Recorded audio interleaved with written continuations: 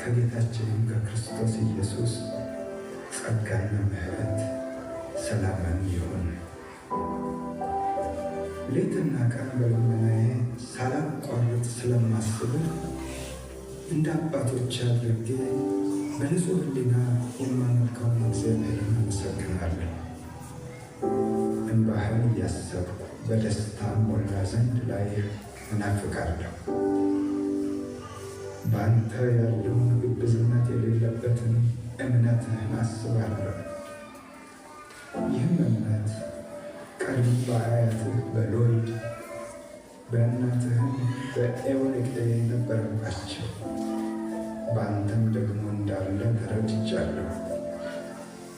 ስለዚህ ምክንያት እሳት እንደሚያቀጣጥል ሰው እጆችን በመጫኔ በአንተ ያለውን የእግዚአብሔርን ስጦታ እንድታነሳሳ አሳስብሃለሁ። እግዚአብሔር የኃይልና የፍቅር ራስን የመግዛት መንፈስ እንጂ የፍርሃት መንፈስ አልሰጠንምና።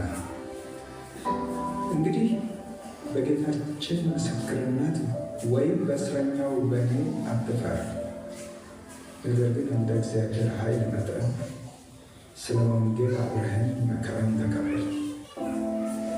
ያዳነን በቅዱስም አጠራር የጠራን እግዚአብሔር ነውና፣ ይህም እንደ ራሱ ሐሳብና ጸጋ መጠን ነው እንጂ እንደ ሥራችን መጠን አይደለም። ይህም ጸጋ ከዘላለም ዘመናት በፊት በክርስቶስ ኢየሱስ ተሰጠን። አሁን ግን በመድኃኒታችን በኢየሱስ ክርስቶስ መገለጥ ታይቷል። እርሱም ሞትን ሽሮልንና እኔ ሰባኪና ሐዋርያ አሕዛብን አስተማሪ እንደሆን በተሾምሁበት በወንጌል ሕይወትንና አለመጥፋትን ወደ ብርሃን አውጥቷል።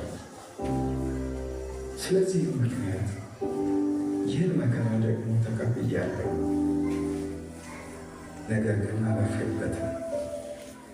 ያመንኩትን አውቃለሁና የሰጠሁትንም አደራ እስከዚያ ቀን ድረስ ሊጠብቅ እንዲችል ተረድቻለሁ። በክርስቶስ ኢየሱስ ባለ እምነትና ፍቅር አድርገህ ከኔ የሰማኸውን ጤናማ ቃል ምሳሌ ያዝ። መልካሙን አደራ በእኛ በሚኖረው በመንፈስ ቅዱስ ጠብቅ። በእግዚአብሔር